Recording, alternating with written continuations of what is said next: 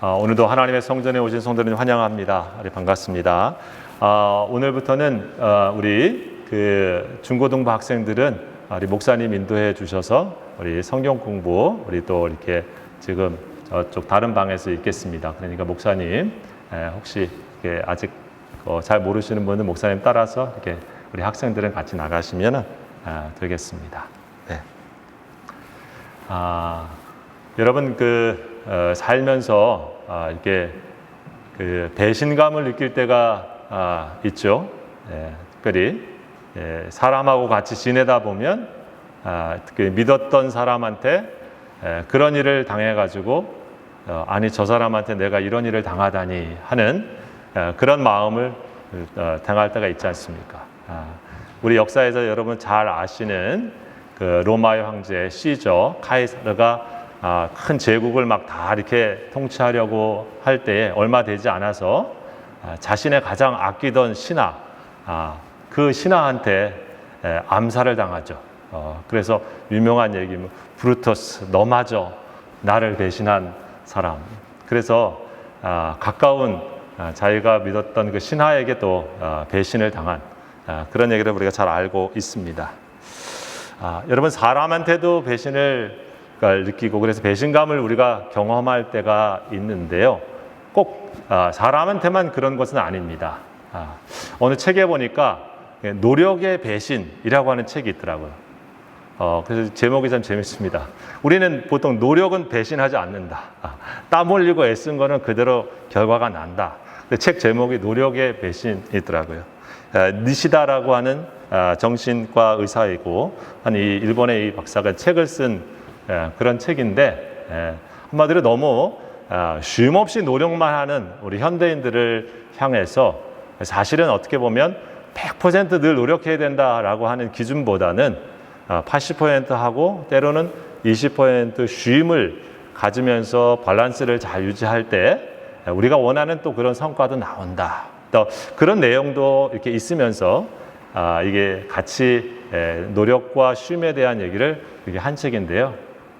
실제로 노력의 배신이 굉장히 관심을 갖는 거는 우리가 사실 열심히 노력하면 뭔가 다 성공하고 이루어지고 내가 원하는 게 다 될 수 있어 이런 성실, 노력 이런 가치관을 가지고 있는데 살다 보니까 나보다 별로 노력하지도 않았는데 잘 된 사람도 있고 나하고 같이 출발을 했는데 학연이니 지연이니 또 뭐 이렇게 연결된 일을 해서 나보다 더 빨리 뭔가를 이뤄가는 사람들을 보니까 야 이게 뭐야 노력이 다 나한테 그대로 주어지는 열매가 아니구나. 그래서 그런 세상에 대한 배신감을 느낄 수가 있다는 거죠. 그게 또 삶의 모습이기도 합니다. 어쨌든 여러분 그런 것들을 느끼면서도 우리가 뭔가 이렇게 그동안 주었던 그동안 우리가 보냈던 우리가 심었던 것만큼 뭔가 되돌아오지 않을 때 우리는 굉장히 그런 배신감이라고 하는 것, 또 그런 마음이 느껴질 때가 있습니다. 여러분 그런데 신앙은 어떻습니까?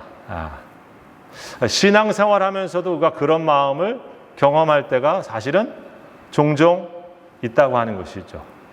내가 믿은 만큼 뭔가 돼야 되는데, 그죠? 내가 하나님을 내가 섬긴 만큼 하나님도 내게 이렇게 해주셔야 되지 않을까? 라고 하는 우리들의 기대, 우리 믿음에 대한 그러한 하나님의 응답이 우리의 생각처럼 그렇게 다가오지 않을 때가 있다고 하는 것이죠.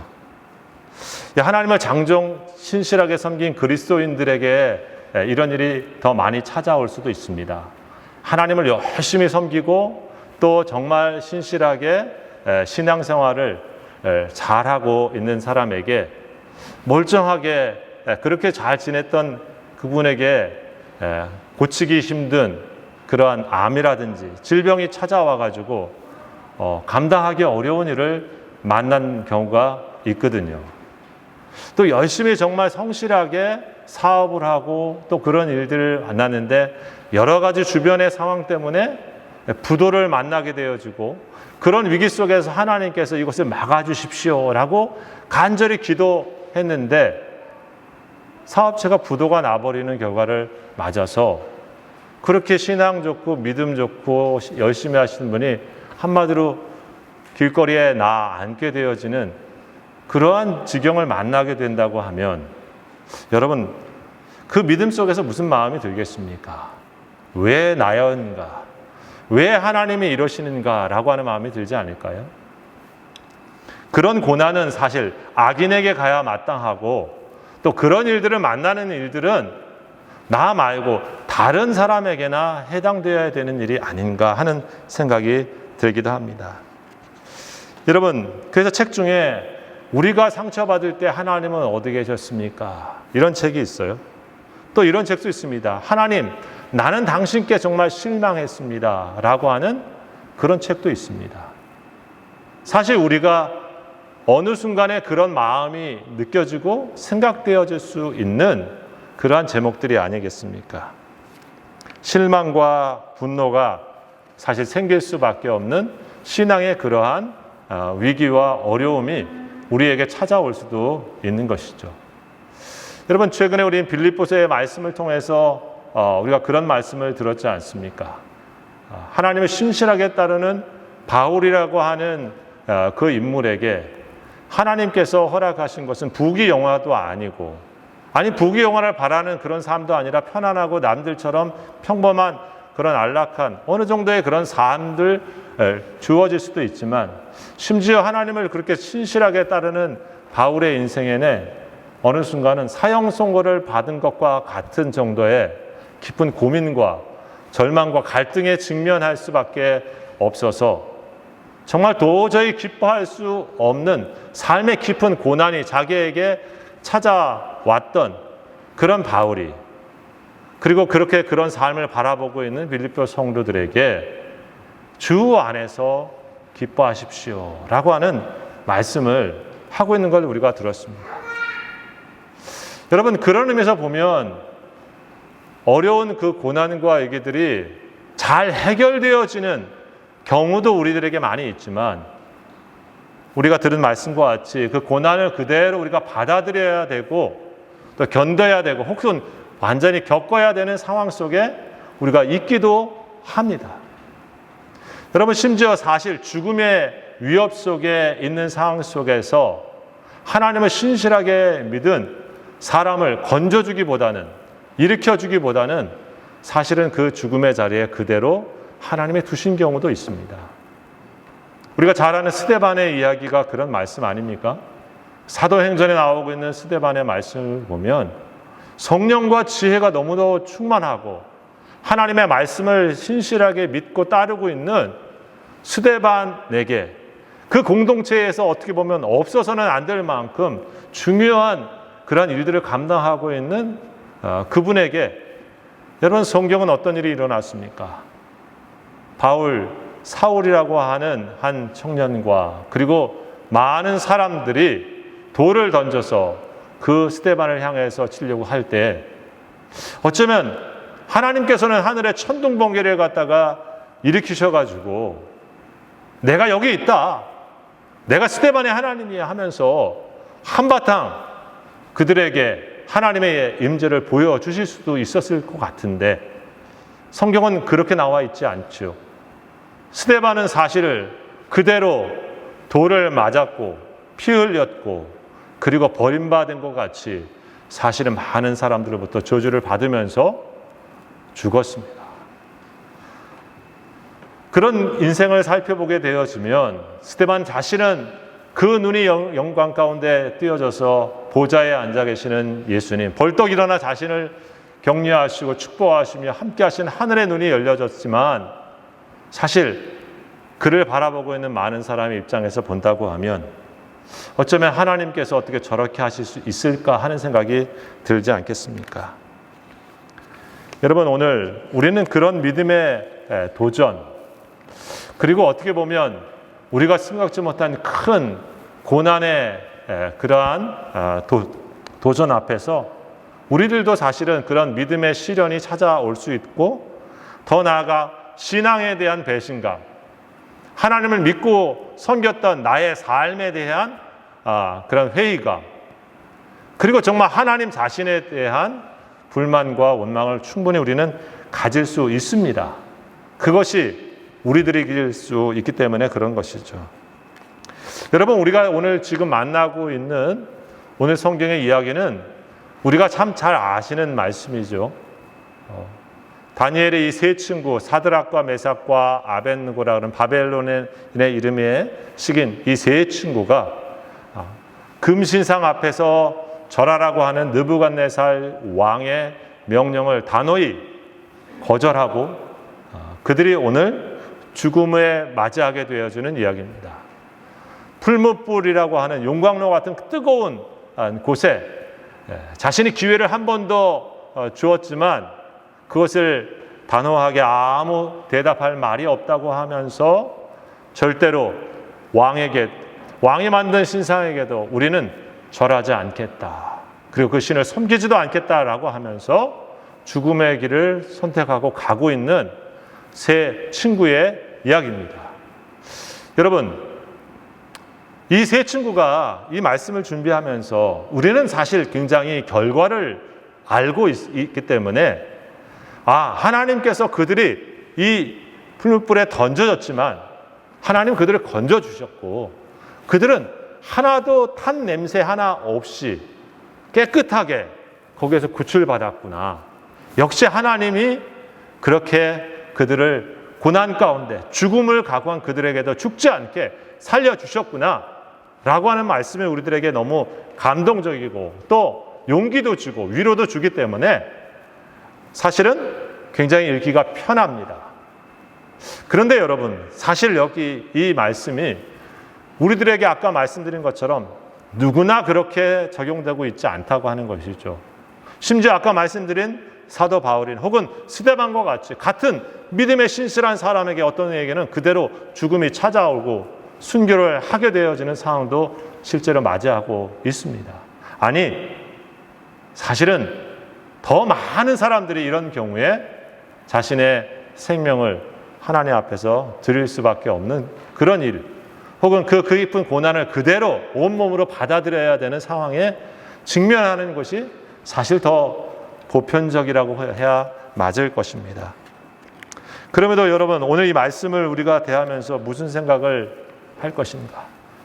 하나님은 우리들이 원하는 그러한 믿음의 결과를 허락하지 않으심에도 불구하고 우리가 하나님 앞에서 여전히 하나님을 신앙할 수 있는 분이신가?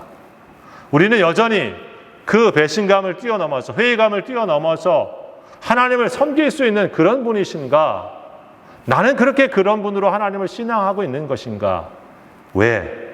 라고 하는 질문을 다시 우리가 해보게 되는 것이죠.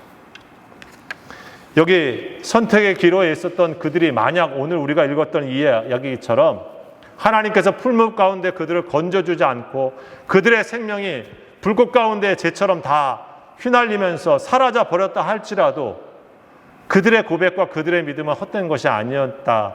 그리고 그들의 신앙과 삶은 우리가 따라가야 될 것이었다.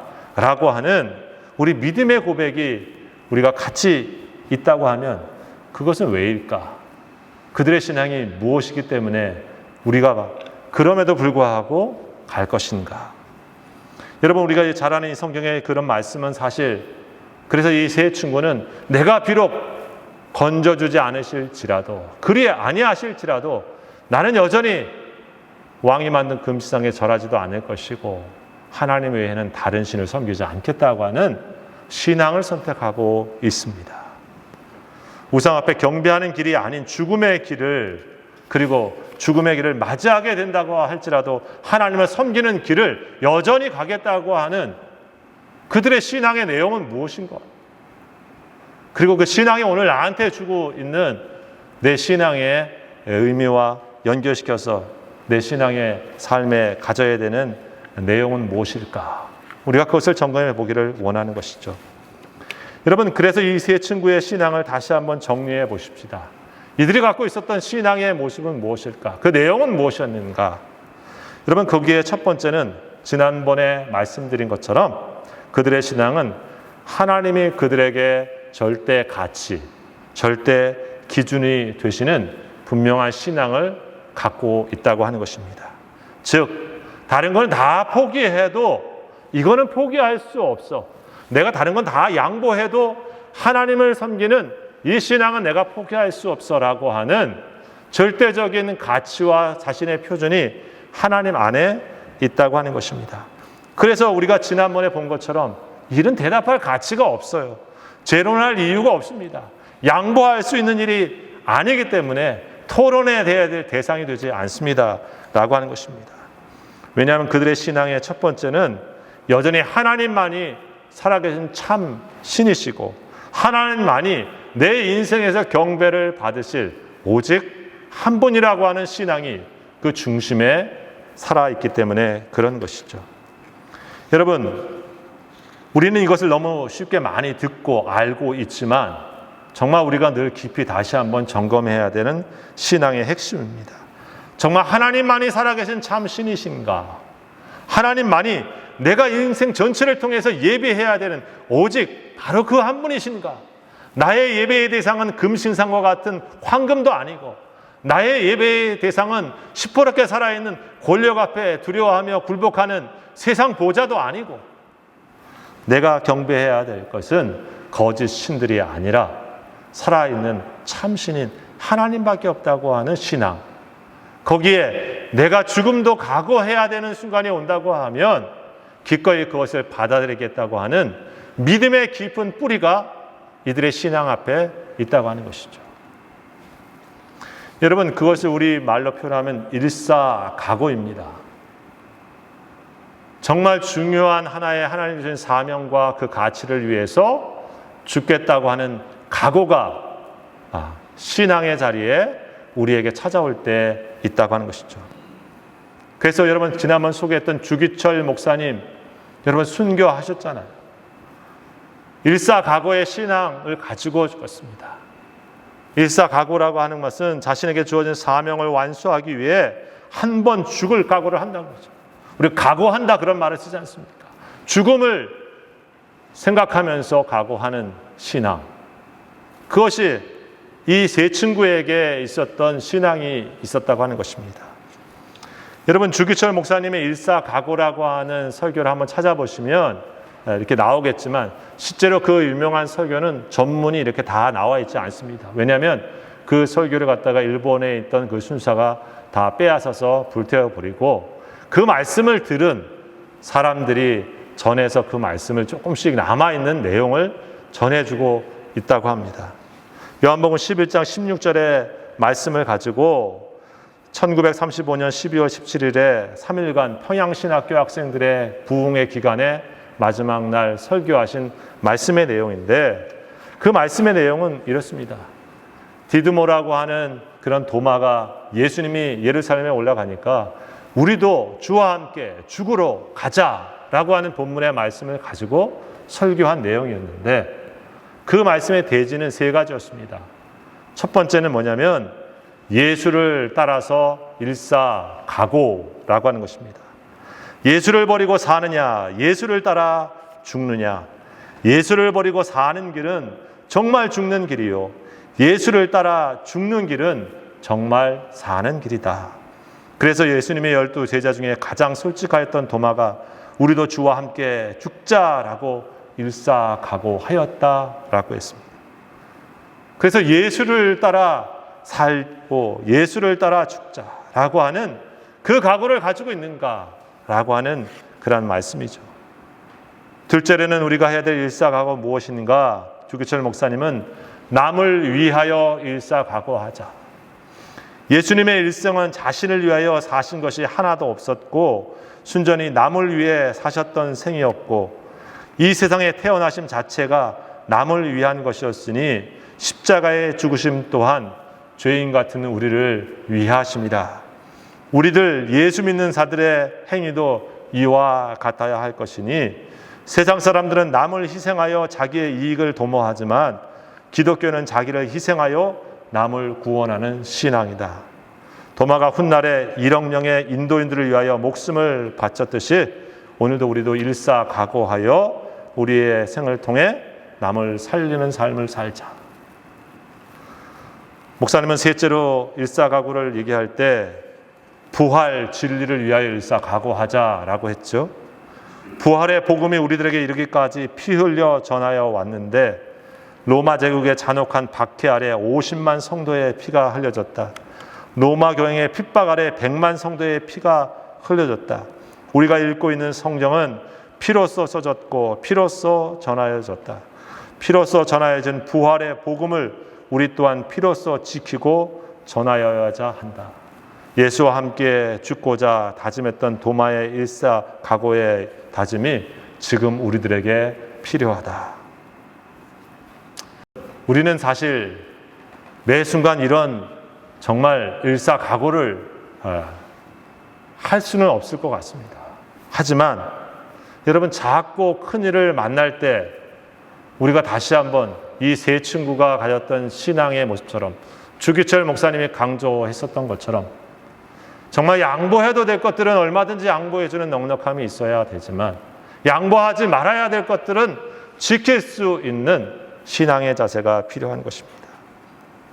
내 이익은 잠시 그리고 작게 포기할 수 있는 일이 있지만 하나님에 대한 믿음과 하나님의 이름의 영광이 가리는 일들과 주님과 나의 깊은 친밀한 관계를 방해하는 것들은 우리가 과감히 버리고 그것들은 포기하지 않는 신앙의 일사각오, 그 절대 가치에 대한 지킴, 그것이 바로 이 세 친구의 신앙의 모습이었고 믿음의 선진들이 오늘 걸어갔던 길이 아니겠습니까?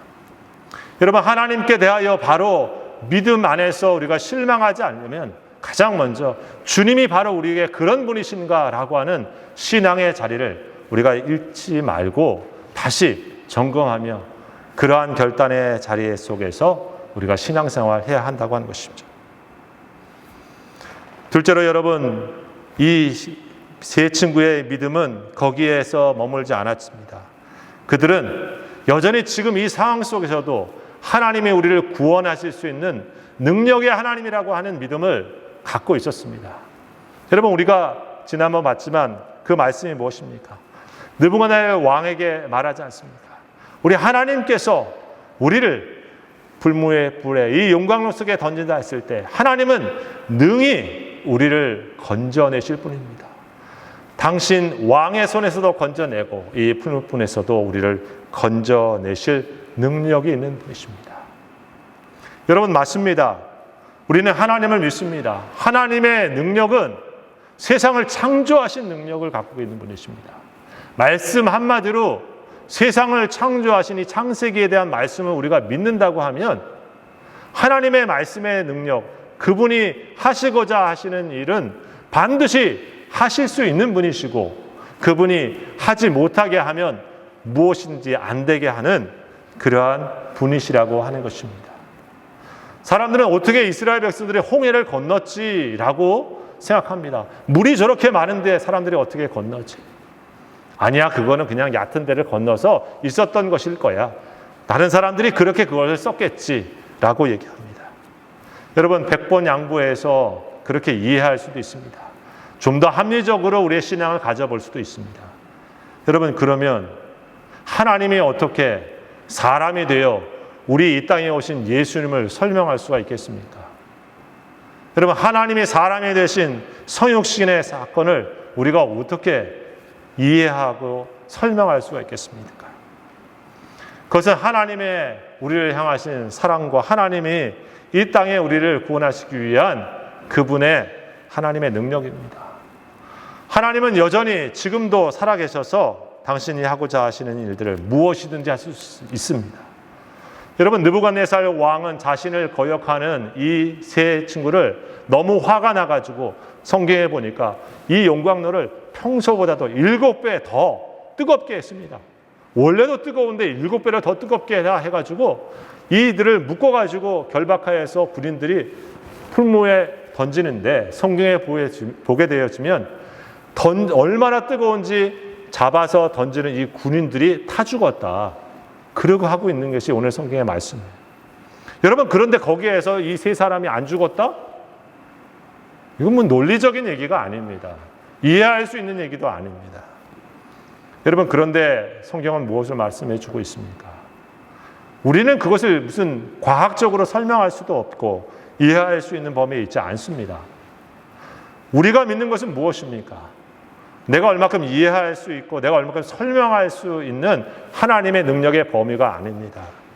하나님은 세상을 만드신 분이시고 하나님은 여전히 우리가 어떤 일을 만나더라도 우리를 구원하실 수 있는 분이 분명하십니다.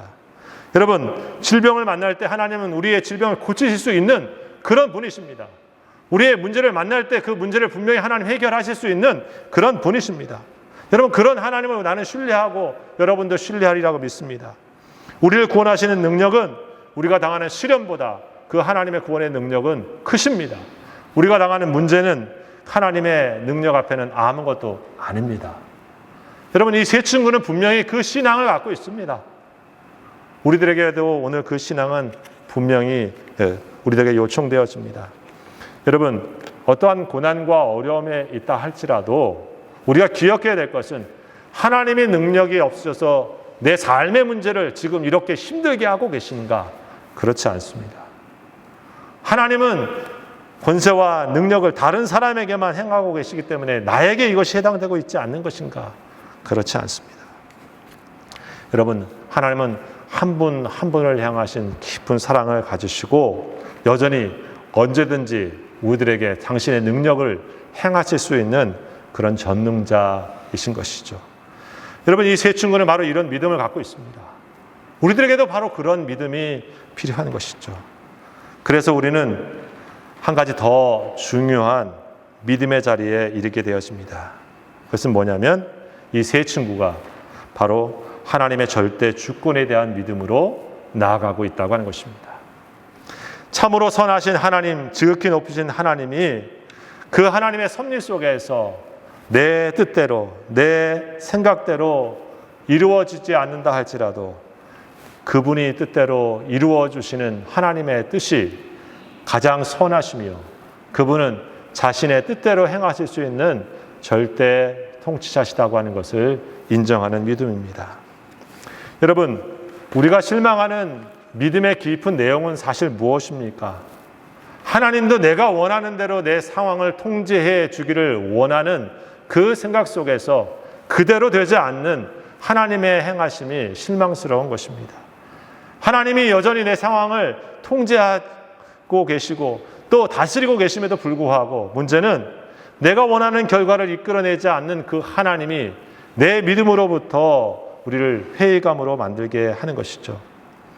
여러분, 그러나 기억하십시오. 고통과 손해와 죽음의 상황 속에서도 하나님이 자신의 모든 것을 사실 내어드리고 통치하시도록 하나님께 맡겨드리는 것이 우리가 그분을 믿고 있다고 하는 믿음의 본질인 것입니다.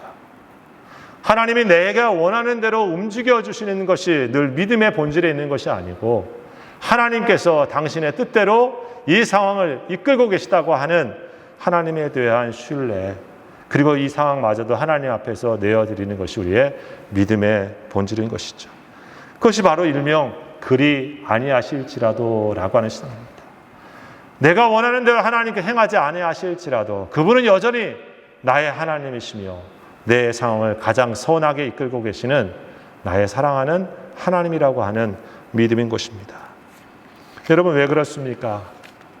그분이 내 삶을 다스리신다고 하는 것에는 나를 향한 하나님의 깊은 선하심과 나를 향하신 깊은 하나님의 사랑하심이 있기 때문에 그런 것입니다. 우리는 정말로 사랑하는 사람을 그리고 선한 마음을 가지고 그에게 고통을 주면서 즐기는 그런 신을 믿고 있는 것이 아닙니다.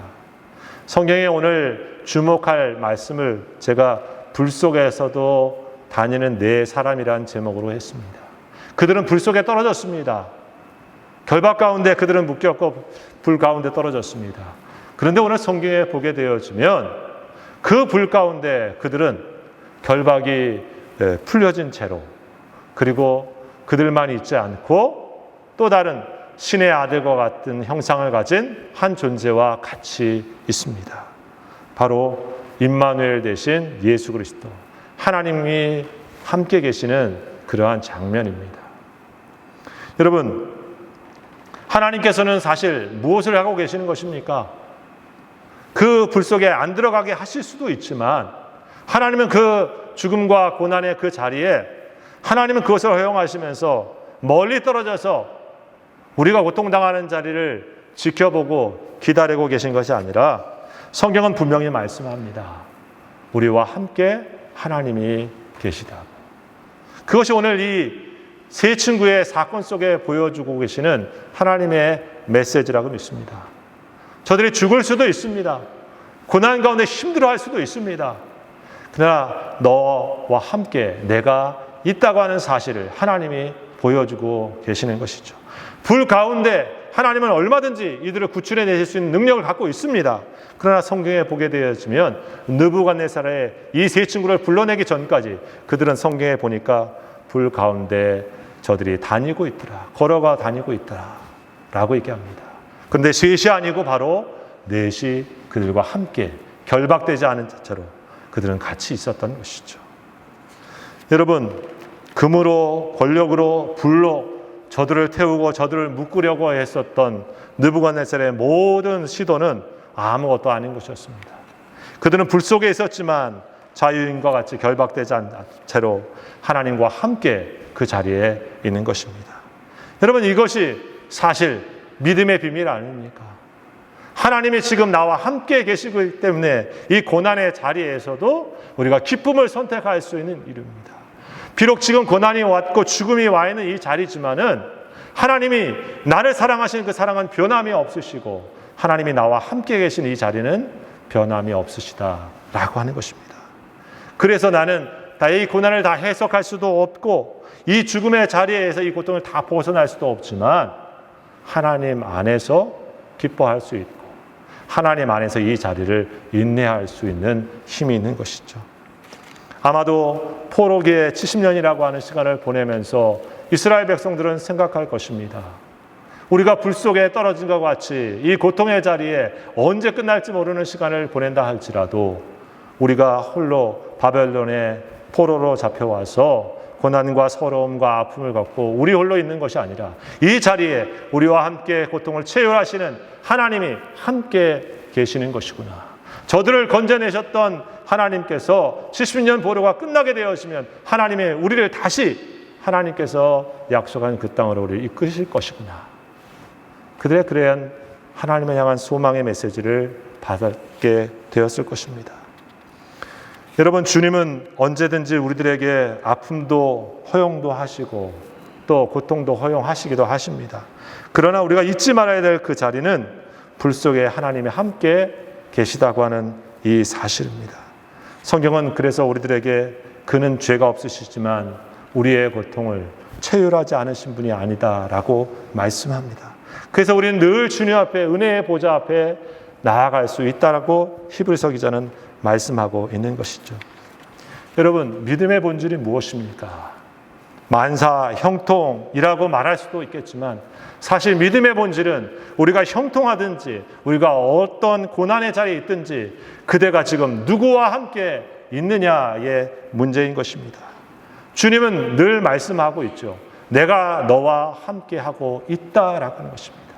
하나님을 옆에 모시고 있으면서도 하나님이 나와 함께 계시는 그 사실이 가장 중요하지 않고 하나님이 가지신 것들이 더 중요한 사람, 그것을 우리는 첫 번째 탕자 같은 사람이라고 말합니다.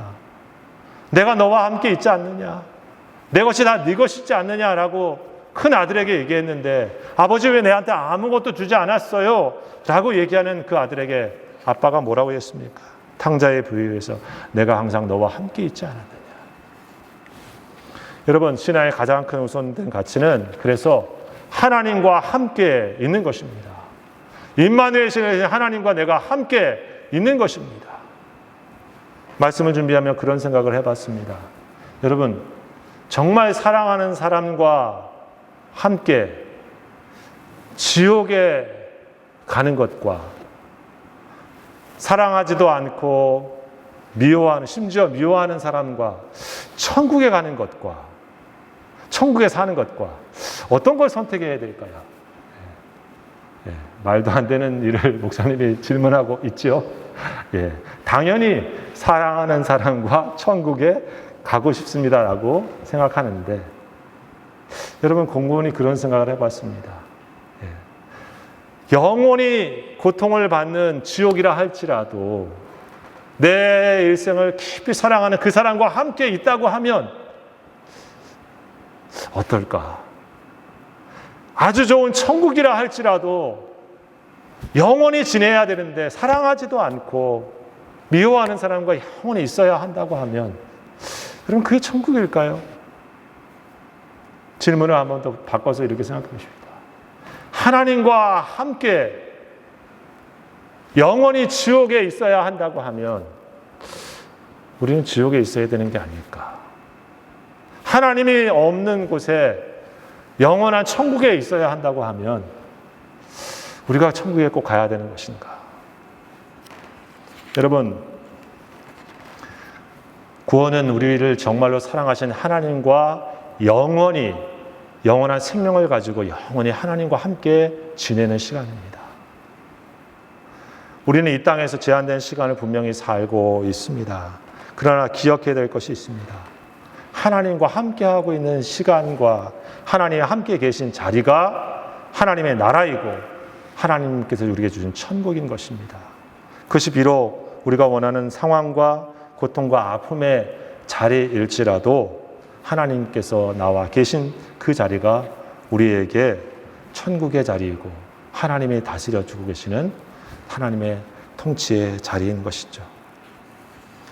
여러분, 우리가 잘 아는 그래서 이 복음성가 그리 아니하실지라도라고 하는 노래가 있었잖아요. 그리 아니하실지라도 감사해요. 주님 뜻을 믿기 때문이죠. 그리 아니하실지라도 사랑해요. 협력해서 선을 이루어요. 언제나 나를 향한 신실한 사랑, 우리를 향한 그 크신 사랑, 우리가 함께 높이며 주를 찬양해 할렐루야 하나님께 영광. 사랑하는 귀한 성도 여러분, 만약 하나님께서 이 세 청년을 푸른 불 속에서 끄집어내지 아니하셨다 할지라도 그들은 여전히 하나님을 신뢰하는 자리를 포기하지 않았을 것입니다.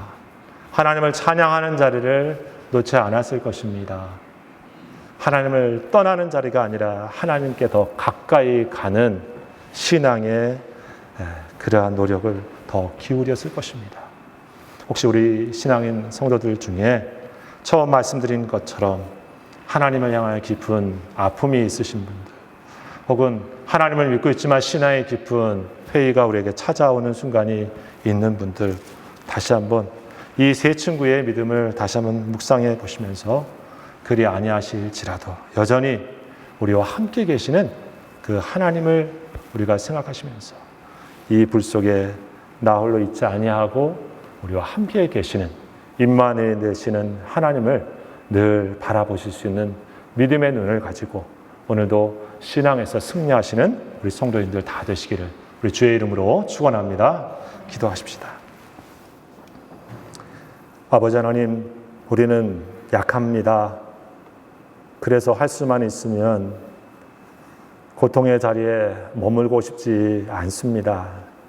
할 수만 있으면 불 속에 던져지는 그런 위험을 만나고 싶지 않습니다. 할 수만 있으면 눈물을 흘리는 그런 깊은 좌절과 실망의 자리에 서고 싶지 않습니다. 그러나 주님, 우리에게 우리 인생의 걸음에서 혹시 그러한 위기가 주님을 믿는 믿음의 자리에 찾아온다 할지라도 그 불 속에서 우리와 함께 같이 거느리고 계시는 임마누엘 되시는 하나님이 계시다고 하는 것, 나를 끔찍이 사랑하셔서 자신의 생명을 언제든지 내어주실 수 있는 참 사랑의 예수 그리스도가 나와 함께 계시다고 하는 이 사실을 늘 믿음의 눈 열어주셔서 바라보게 해 주시옵시고 그 주님과 오늘 이 자리를 잘 감당하고 인내하며 여전히 기쁨으로 하나님을 선택할 수 있는 믿음의 승리자들 다 되게 하여 주시옵소서. 예수님의 이름으로 감사하며 기도하옵나이다. 아멘. 이제는 우리 주 예수 그리스도의 은혜와 우리 아버지 하나님의 무한하신 사랑하심과 성령의 역사하시고 교통하시며 충만케 하시며 어떠한 상황 속에서 하나님의 임재 안에 살기를 소망하고 다짐하며 세상으로 나아가는 모든 성도들 머리 위에, 저들의 가정 위에, 피 흘려 사신 몸된 교회 위에 지금부터 영원토록 함께 하옵시기를 간절히 축원하옵나이다. 아멘.